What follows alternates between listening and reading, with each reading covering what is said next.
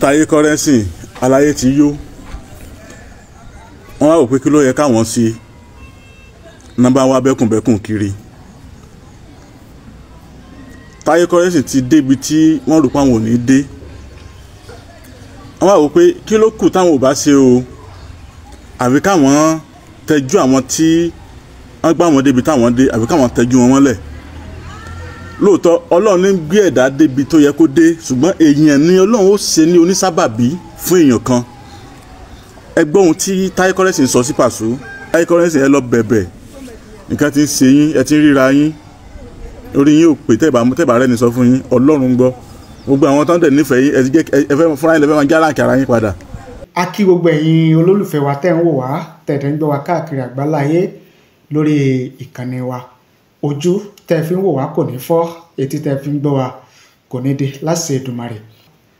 Ẹ rí i pé ohun tó ń lọ tó ń ṣẹlẹ̀ káàkiri àgbáláyé lórílẹ̀‐èdè Nàìjíríà, nílẹ̀ Áfíríkà àti káàkiri àgbáláyé, òun náà ni àmọ́mú wá sí ojú wòran yìí tí a jọ gbé yẹ̀wò. Fídíò kan ó ní mo bá pàdé lórí ojú òpó Facebook, léyìí tí blogger kan, ìyẹn Abẹ́rẹ́ Ọ̀rọ̀, tí ó gbé síta. Kí ni fídíò yẹn dá lé lórí? Fídíò yẹn ó dá lérí àwọn ìràwọ̀ òǹkọrin fújì méjì nílẹ̀ Yorùbá. Àkọ́kọ́ ni Alhaji Pasuma àti Alhaji Táyé Adébísí Currency bàbá Honorable. Blogger yẹn Abẹ́rẹ́ Ọ̀rọ̀ ó ń ṣàfihàn Táyé Adébísí Currency gẹ́gẹ́ bí aláìmoore sí Alhaji Wasiu Pasuma. Ó ṣàlàyé Táyé Adébísí Currency gẹ́gẹ́ bí ẹni tó yó tán tí wá ń wá bẹ́kùnbẹ́kùn kiri. Màá mú fídíò yẹn wá fún yín o, tí mo sì fẹ́ kí ẹ gbọ́ kẹ́ ẹ wò ó láti bẹ̀rẹ̀ dópin. Ìgbà tí mo wá wo fídíò yẹn, mo rí pé blogger yẹn Abẹ́rẹ́ Ọ̀rọ̀ ó fi fídíò ibi tí Táyé Currency tó ti ń kọrin ó fi síta, ó sì sọ̀rọ̀ nípa fídíò yẹn. Ìyẹn Abẹ́rẹ́ Ọ̀rọ̀ sọ̀rọ̀ nípa fídíò yẹn wípé inú fídíò yẹn, orin tí Adébísí Currency, Táyé Currency tó kọ nínú fídíò yẹn, pé Alhaji Pasuma ló fi ń bá wí. Ṣùgbọ́n nígbà tí èmi wo fídíò yẹn láti bẹ̀rẹ̀ dópin, èmi ò ríbi tí Táyé Currency tó ti dárúkọ Pasuma gẹ́gẹ́ bí ẹni tó ń bá wí nínú ọ̀rọ̀ tó ń sọ tó fi ń kọrin nínú fídíò yẹn. Ṣùgbọ́n nígbà tí blogger yóò relate orin Táyé Adébísí Currency yẹn, tí ó relate ẹ̀ wípé Pasuma oní Táyé Adébísí, Táyé Currency bá wí nínú fídíò yẹn, mo wá rí fídíò tí blogger yẹn ṣe, Abẹ́rẹ́ Ọ̀rọ̀, mo wá rí gẹ́gẹ́ bí ìbẹ̀rẹ̀ ọ̀tẹ̀ míì, ìbẹ̀rẹ̀ láti dá wàhálà míì sílẹ̀ láàrin Táyé Currency àti Pasuma. Mo wá wò wípé àṣẹlẹ̀ ìbójú mu sá. Èwo ni kéèyàn kàn ronú wípé òun wo òun láti dá wàhálà sílẹ̀, láti dọ́gbọ́n mi sí omi òtó, láti dá èdè àìyedè sílẹ̀ láàrin àwọn èèyàn méjì tí kò ti sí wàhálà, tí kò ti sí gbẹ́mi sí omi òtó tẹ́lẹ̀. Mo tún wá wo, màá mú fídíò yẹn wá fún yín o, màá mú wá fún yín tẹ́yìn náà máa rí o, ṣùgbọ́n mo fẹ́ kẹ́ ẹ kọ́ gbá láyé mi kẹ́ ẹ lè relate ẹ̀ mọ́ fídíò tí màá mú wá fún yín yẹn. Mo tún wá wo comment tí àwọn èèyàn ń kọ sísàlẹ̀ fídíò yẹn nígbà táwọn àwọn èèyàn tó wò ó. Ọ̀pọ̀lọpọ̀ nínú àwọn tó wò ó ni wọ́n rí tèmi náà rí, wípé kò sí ibi tí Táyé Currency tó ti dárúkọ Pasuma nínú orin rẹ̀ yẹn kí wá ló dé tí àwọn kan fi máa jókòó níbì kan tí wọ́n fi máa ronú wípé ó yẹ káwọn dá wàhálà lẹ̀ láàrin àwọn ọ̀rẹ́ méjì tàbí àwọn alájọṣepọ̀ méjì tí ò sí wàhálà tí ò sí jẹ̀gbọ̀n tẹ́lẹ̀. náà wò pé ìṣe àwọn blogger nìyẹn, ṣùgbọ́n pé a jẹ́ blogger kò ní pé ká máa dá wàhálà sílẹ̀ láàrin àwọn méjèèjì. ká tó ṣe content lórí social media kò dìgbà tá a bá tó ń wá jẹ̀gbọ̀n tàbí wàhálà sílẹ̀ láàrin àwọn ọ̀rẹ́ méjì alájọṣepọ̀ méjì tó bá ń tò látàrí pé à ń wá followers, látàrí wípé à ń wá view, látàrí wípé à ń wá like, látàrí pé a fẹ́ monetize page. ní tí ọ̀dá tí ò bójúmu ni. ṣùgbọ́n kọ́rọ̀ mi kó lè bá àyè yín, kálàyé ọ̀rọ̀ mi kó lè bá àyè yín dáadáa, mo fẹ́ kẹ́yìn náà kẹ́ ẹ wo fídíò yẹn kẹ́ ẹ dẹ̀ gbọ́ láti bẹ̀rẹ̀ dópin, kẹ́ ẹ wá jẹ́ kí n mọ kọ́mẹ̀ntì yín, èrò tiyín àti ìwòye tiyín lórí program tí mo ṣe yìí. tẹ́ ẹ bá wò ó tán, tẹ́ ẹ bá gbọ́ tán láti bẹ̀rẹ̀ dópin, mo fẹ́ kẹ́ ẹ kọ́mẹ̀ntì sísàlẹ̀ fídíò yìí kẹ́ jẹ́ kí n mọ èrò tiyín, bóyá èmi ni mo rí ìrìkúrì ni o, bóyá èmi ni mo sọkúsọ ni o, tàbí ohun tí ọkùnrin blogger yẹn abẹ́rẹ́ ọ̀rọ̀ ohun tó sọ yẹn bẹ́ẹ̀ ló ṣe rí.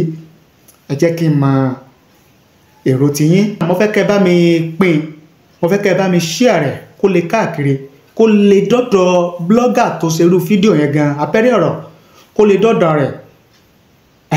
torí pé àlàáfíà ló yẹ ká máa wá, ìrẹ́pọ̀ ló yẹ ká máa wá, kò yẹ ká máa wá ọgbọ́n àbí ọ̀nà láti dá wàhálà gbọ́nmi sí omi òtó, láti da omi àlàáfíà àwọn tó ń tò láàrin àwọn ọ̀rẹ́ méjì tàbí láwùjọ rú. torí pé bí fídíò yẹn ṣe ń go viral, ọ̀pọ̀lọpọ̀ ni àwọn náà máa wò ó, àwọn tó jẹ́ fáǹsì Pasuma wọ́n á máa wo ọ̀rọ̀ tí abẹ́rẹ́ ọ̀rọ̀ yẹn sọ gẹ́gẹ́ bí ọ̀tẹ̀, gẹ́gẹ́ bí ọ̀rọ̀ ọ̀tẹ̀.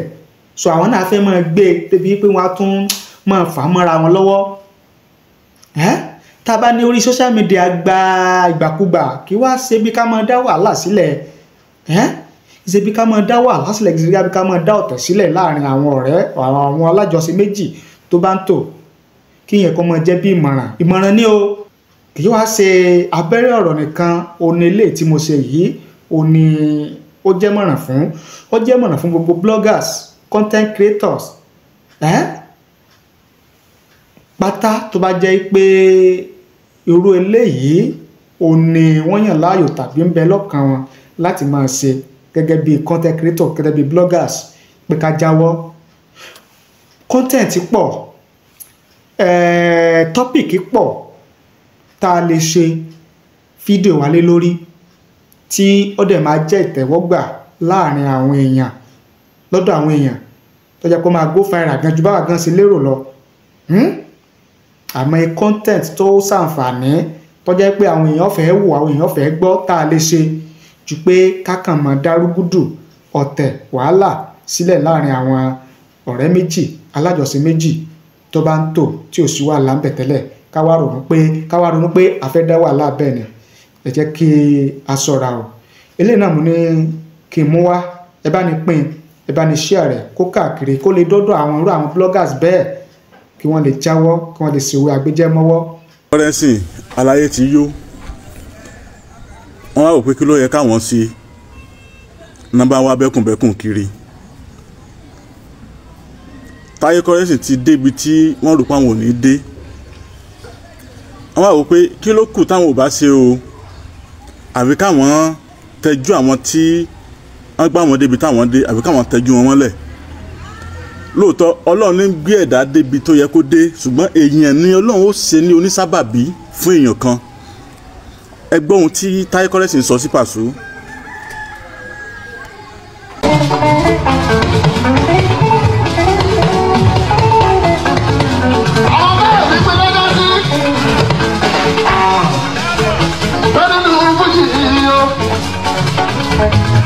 ẹsẹ̀ sálẹ̀ tó bá ń kọrin ní màá lọ.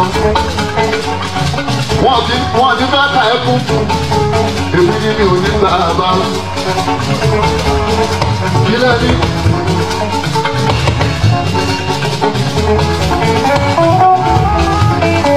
ẹnu mi kílẹ̀ fẹ́ kọ sí ìhùn lẹ́kọ̀ọ́. oríire wo lẹ ṣe. tá ò tí ì ṣe. Ilé ìdílé bọ́ sí ìfún orúkọ. Ọmọ kílẹ̀ bí ti táyé òbí. Òkìkí kílẹ̀ ní ti táyé òbí o. Ìlú Èkó lè lọ́nà ti débi sí òòlù. Lálẹ́ mọ̀, tá ò tí ì àfihàn tá a bá mọ̀ kẹ́yìn òkú bẹ́ẹ̀ láti dé lórí lọ́wọ́. Èmi máa ń lọ́wọ́ mi hàn jẹun. Gbogbo nígbà ní mọ́tò 2020, 2024 yìí. Ṣé wọ́n ní náà? Olùgbé náà. Wọ́n kọ́ lè mọ́ àlẹ́ o. Ilé amúyí ni ilé ṣe tá ò ṣe. Ẹ ṣe láàbù, a ní. Ẹ ṣe lẹ́kọ̀ọ́, a ní. Àwọn kìí tún sọ lórí ojú kan. Lọ́rẹ̀sì kò lè yá kiri. Mi ò ní kọrin òkú níbi oníkòómọ. Mi ò ní kọrin òkómọ bí olókùú. Bẹ́ẹ̀ pè mí sí ṣọ́ọ̀ṣì, mò ń kọrin náà ni.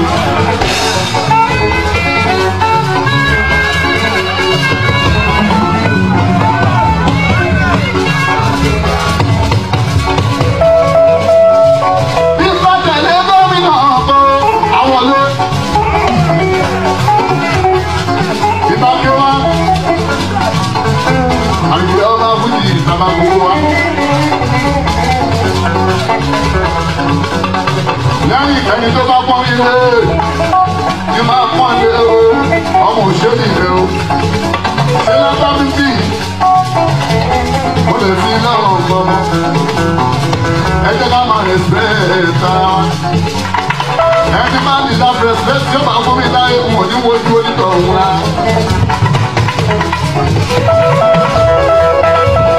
Ẹ wo.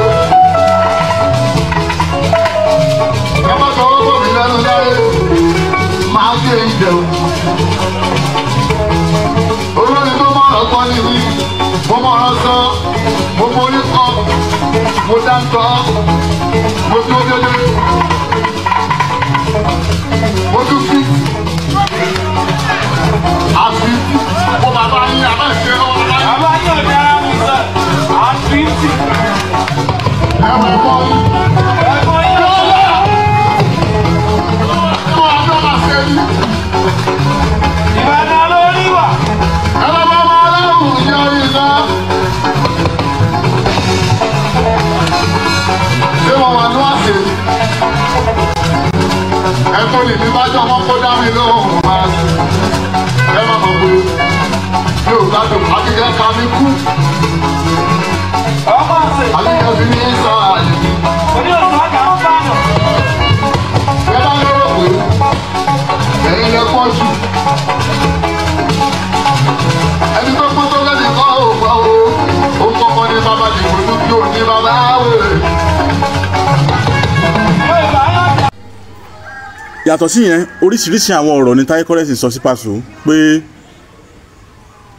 Alhaji Wasiu Alabi Pasuma wọ́n ti ara Abbas Akande dìde wọ́n kọrin bíi Abbas Akande kí Táyé Currency lọ mú késẹ́ẹ̀tì tí Paso bá ti kọrin bíi Abbas Akande kó lọ rèé mú wá káyé gbọ́ ibi tó bá ti lo fọ́ìsì tó dàbí Abbas Akande kó lọ rèé mú wá káyé gbọ́ àwọn èèyàn ti ń ti Táyé Currency wọ́n ti ń tì wọ́n gan wọ́n tì wọ́n débi wípé wọ́n ti ń jẹ́ kán mọ̀ pé ó ń kọrin gan o ó ń kọrin ju Paso lọ o wọ́n ti wá rò wọ́n ti wá rí gẹ́gẹ́ bí wọ́n ti ń wá ọ̀nà láti sọ̀rọ̀ tipẹ́ wọ́n ti wá rí gẹ́gẹ́ bí wípé òótọ́ mọ̀ ni kò mọ̀ sí tẹ́nìkan lè sí fáwọn mọ̀ ẹni tó jẹ́ pé àtàrà ẹ̀ ló ti ń dìde tó ti ń lu Paso tù ńgbà yẹn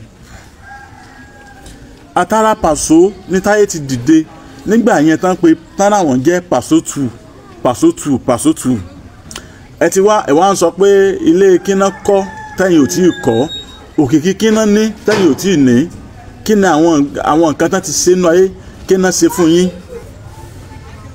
àwọn àǹtí yín ẹ ti wá rí pé ẹ ti débi tẹ́ ń lọ ta ni yín lọ́dọ̀ Paso láti gbé Paso ṣubú ta ni yín ta ni Táyé Currency láti gbé Paso ṣubú ẹ̀yin irú yín lẹ wá ń jáde nísìnyí àṣàṣì yẹn wá ń ràn yín débi pé orí yín ò wá pé ẹ wá ń sọ̀rọ̀ sí Pasuma ẹ wá ń sọ oríṣiríṣi ọ̀rọ̀ sí wọn ẹni tó yẹ pé ara ẹ̀ lẹ́ ti dìde ẹni tó connect yín mọ́ èèyàn ẹni tó gbé yín débi tó yẹ kẹ́ ẹ dé Ọlọ́run ti lò wọ́n fún yín tán ẹ ti wá rò pé bóyá n tó kù ní wípé kẹ́ ẹ sọ wípé tiẹ̀ báwo mọ́ in fact ẹ jẹ́ gbogbo tá a bá ti ń ṣe téèyàn bá ti ń dalẹ̀ ẹ bá dalẹ̀ ó balẹ̀ lọ ẹni tẹ́ bá súnmọ́ Alhaji Taye Currency ẹ jẹ́ lọ rí bá wọn sòótọ́ ọ̀rọ̀ kán lọ túbá kán lọ tọrọ foríjì Taye Currency ẹ lọ bẹ̀bẹ̀ nǹkan ti ń ṣe yín ẹ ti ń ríra yín orí yín ò pé tẹ́bà rẹ̀ ní sọ fún yín Ọlọ́run gbọ́ gbogbo àwọn tán dẹ̀ nífẹ̀ẹ́ yín ẹ fẹ́ fúnra yín lẹ́fẹ́ máa jára àkàrà yín padà